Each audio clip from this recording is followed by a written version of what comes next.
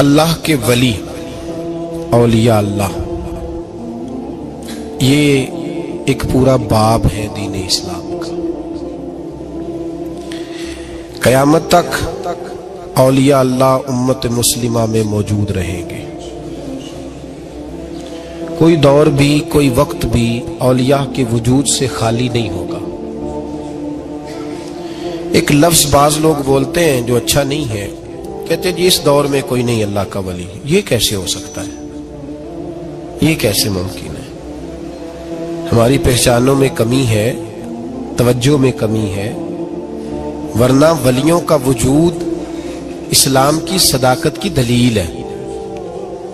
یہ دلیل ہے، نبی پاک صلی اللہ علیہ وسلم کا یہ معجزہ ہے کہ قیامت تک حضور کی امت میں اللہ کے ولی ہوتے رہیں گے۔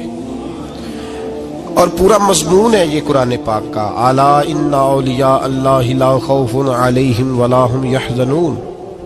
پورا مضمون ہے، یا ایھا الذین آمنوا اتقوا اللہ وکونوا مع الصادقین واتبعوا سبیل من اناب الی۔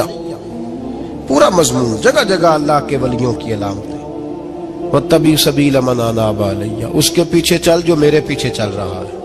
اللہ فرما رہا ہے جو میری طرف رجوع کر رہا ہے تو اس کے پیچھے چل۔ یا ایھا الذین آمنوا اتقوا اللہ، اے ایمان والو اللہ سے ڈر جاؤ، وکونوا مع الصادقین، اور سچوں کی سنگت اختیار کرو۔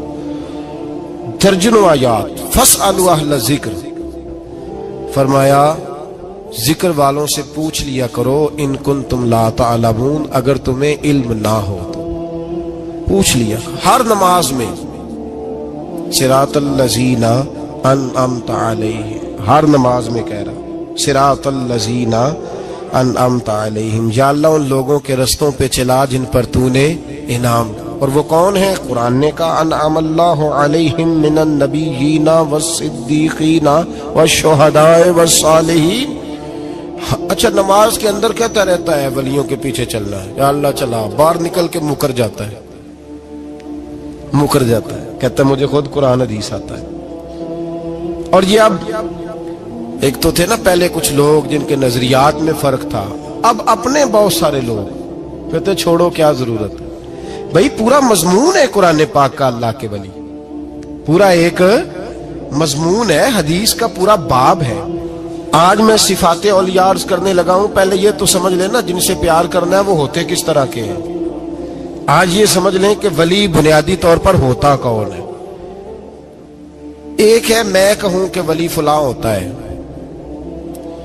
ایک ہے کہ کوئی بزرگ کہیں، اور اس سے تھوڑا آگے بڑھیں تو اگر صحابی بتائیں پھر تو کیا ہی بات ہے، اور اگر بالکل ہی ہم اتھارٹی پہ جانا چاہیں بنیاد پہ تو بہتر نہیں ہمیں خدا بتا دے اور محمد مصطفیٰ بتا دے صلی اللہ علیہ۔ یہ سب سے مضبوط بات نہیں؟ کیا خیال ہے؟ 100 گلاں تے سرے تے گنڈ۔ بھئی پوچھو ہی نہ کسی سے، ڈائریکٹ قرآن پاک سے پوچھ لو ولی کون ہوتے ہیں۔ صحیح ہے؟ اج گل مکدی نہ مکائیے، ضرورت ہی نہ رہے۔ ایک کہنا میں بابا صاحب سے سنا ہے، دوسرا کہتا میں نے خواجہ صاحب سے سنا ہے، تیسرا کہتا میں نے فلاں صاحب سے سنا ہے۔ بھئی ضرور، کوئی عرض نہیں، یہ سارے لوگوں کی بات سار آنکھوں پہ، پر جو بات اللہ بیان فرمائے، جو بات اللہ کا قرآن بیان فرمائے وہ سب سے مضبوط ہے کہ نہیں؟ تو قرآن نے ولیوں کی علامت بیان کی، سورہ توبہ ہے، آیت نمبر 112 ہے، 11واں سپارہ ہے، گھر جا کے پڑھیں۔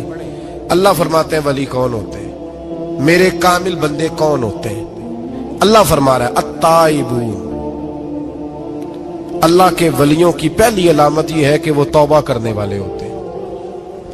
توبہ کا لغوی معنی ہے رجوع کرنا، یعنی وہ اللہ کی طرف توجہ کرنے والے ہوتے ہیں۔ التائبون العابدون، وہ توبہ کرنے والے ہوتے ہیں اور عبادت کرنے والے ہوتے ہیں۔ پھر فرمایا العابدون الحامدون، یہ آپ نے غور سے سننی ہے بات، خاصی توجہ کرنی ہے، یہ قرآن پاک ہے نا جی، یہ سب سے توجہ والا معاملہ ہے، خاص غور کریں۔ اور رٹا ختم کرنے لگا ہوں آج، جو قرآن پاک بیان کرے اس پہ اتفاق کرنا چاہیے کہ نہیں کرنا چاہیے؟ نا اتفاق ضروری بات ہے نا جی۔ تو یہ ہمارے پاس قول فیصل ہے اللہ کی کتاب، ہمیں باہر جانے کی ضرورت، کسی نے ٹال والا ولی سمجھ لیا ہے، کسی نے گال والا ولی سمجھ لیا ہے، کوئی ولی بنا کے بیٹھ گیا ہے، کوئی بنا کے. جاہل مطلق، پرلے درجے کے جاہل لوگ، دین کی روح ابجد کا نہیں پتا، اور مصیبت گلے میں ڈالی ہوئی ہے. پتہ نہیں کیا مائنڈ سیٹ ہے لوگوں کا، بھی کس طرح لوگوں کو قابو کرتے ہیں این فرائض چیزوں پہ. اب یہ ملنگوں نے پکا رٹا لگایا، کہتے ہیں مولویاں کو نہ جایا جائے. اور میں کہتا رہتا ہوں، میں بھی اس مولوی کے خلاف ہوں جو مولوی دینداری نہیں کرتا، دنیا داری کرتا ہے. پر مولوی کا معنی مولا والا، کیا ترجمہ ہے؟ عجیب تو آدمی ہے پکا رٹا. وہ ہمارے سندھ کے راجے مہاراجے سائیں، پنجاب کے وڈیرے اپنے گاؤں میں سکول نہیں بننے دیتے تھے، اس لیے کہ وہ کہتے تھے اگر ان کے بچے پڑھ گئے نا تو ہماری بھینسوں کو چارہ کون ڈالے گا.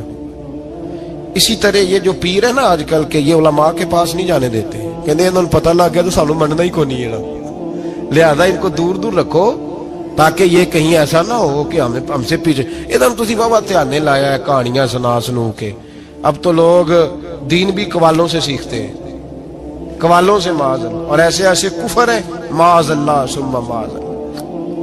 تو جو قرآن بیان کرے وہ ہمارے لیے سب سے بہتر نہیں؟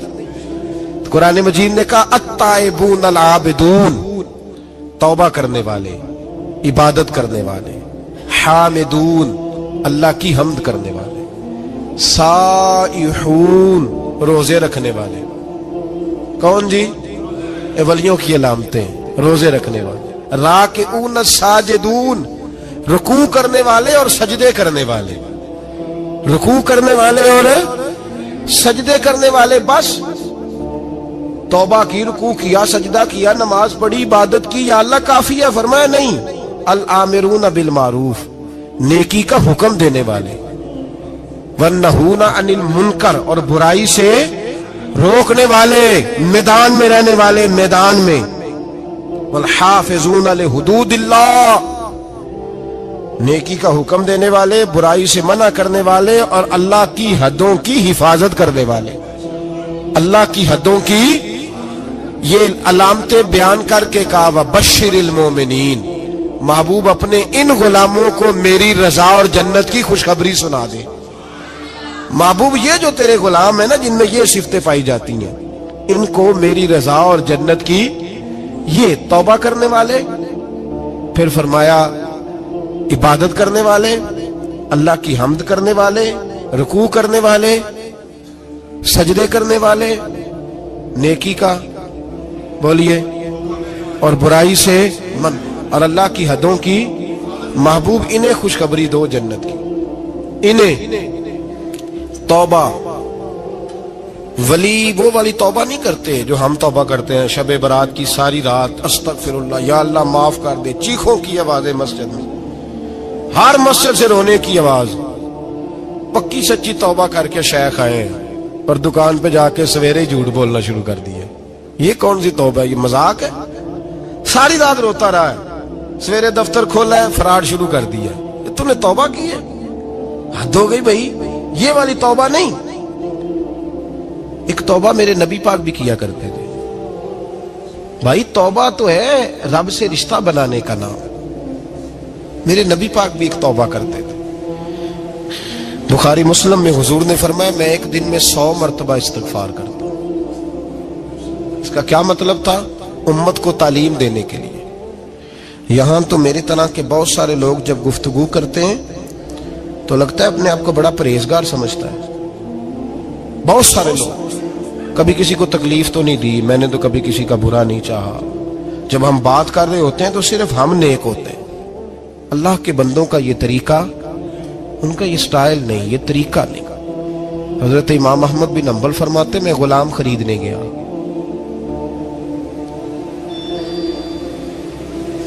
اس نے میرے ساتھ شرط رکھی کہ حضور آپ مجھے خرید کے لے جانے ہیں، میری شرط یہ ہے کہ میں دن کو آپ کی ڈیوٹی کروں گا، رات کو نہیں کروں گا. فرماتے میں لے آیا، گھر لا کے میں نے پوچھا تیرا نام کیا ہے؟ کہنے لگا حضور غلاموں کا نام نہیں ہوتا. کھائے گا کیا؟ حضور غلاموں کی چاہت نہیں ہوتی. جس نام سے پکارو گے آ جاؤں گا، جو دو گے کھا لوں گا. کہا کس کمرے میں رہو گے؟ کہا حضور غلاموں کے نخرے نہیں ہوتے۔ کہتے میں نے کہا پھر بھی یہ کمرے ہیں پسند کر لو۔ ایک ٹوٹا پھوٹا سا کمرہ اس نے پسند کر لیا۔ امام احمد بن حنبل فرماتے ہیں میں اسے کام بتاتا پر اتنی محنت سے کرتا کہ کمال کر دیتا، میرے اشارے سمجھتا۔ ایک دن میں تہجد کے وقت اٹھا، اس کے کمرے میں گیا تو وہ توبہ توبہ پکار رہا تھا۔ سنو ولیوں کی توبہ، فرماتے اس کے کمرے سے چیخنے کی، یا اللہ معاف کر دے، یا اللہ معاف کر دے، اللہ معافی دے دے، تڑپ رہا ہے، رو رہا ہے۔ اور امام احمد بن حنبل فرماتے ہیں حال یہ ہے کہ اس کے کمرے سے لے کر آسمان تک نور ہی نور پھیلا ہوا ہے، نور ہی نور، اور وہ روتا ہے یا اللہ معاف کر دے، یا اللہ معاف کر دے۔ فرماتے ہیں میں سوچنے لگا معافی کس چیز کی مانگ رہا ہے؟ فرماتے ہیں وہ خود ہی بولا، اور معافی دیکھو بھائی، توبہ دیکھو اللہ والوں کی۔ کہنے لگا اے اللہ میں تیرا بندہ ہوں، تو نے زندگی دی، نعمت دی، آنکھیں دی، کان دیے، سانسیں چلائیں، بغیر مانگے سارا کچھ دیا۔ چاہیے تو یہ تھا کہ میں دن رات تیری بارگاہ میں جھکا رہتا، پر مجھے معاف کر دے۔ میرے اوپر امام احمد بن حنبل کے بھی حقوق ہیں، میرے مالک کا بھی حق ہے، اس لیے میں دن سارا عبادت نہیں کر سکتا، بس 5 نمازیں پڑھ سکتا ہوں، رات میں جاگتا رہتا ہوں تیرے حضور۔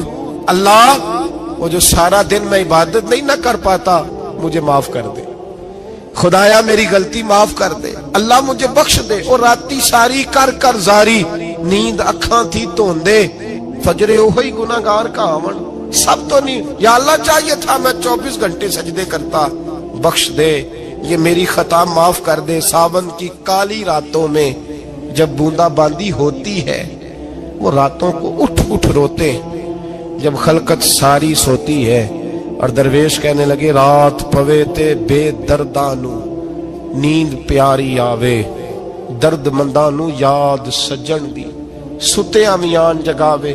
یا اللہ معاف کر دے، میں سارا دن سجدے نہیں کر پاتا، سارا دن لمبی نہ معافی دے دے۔ یہ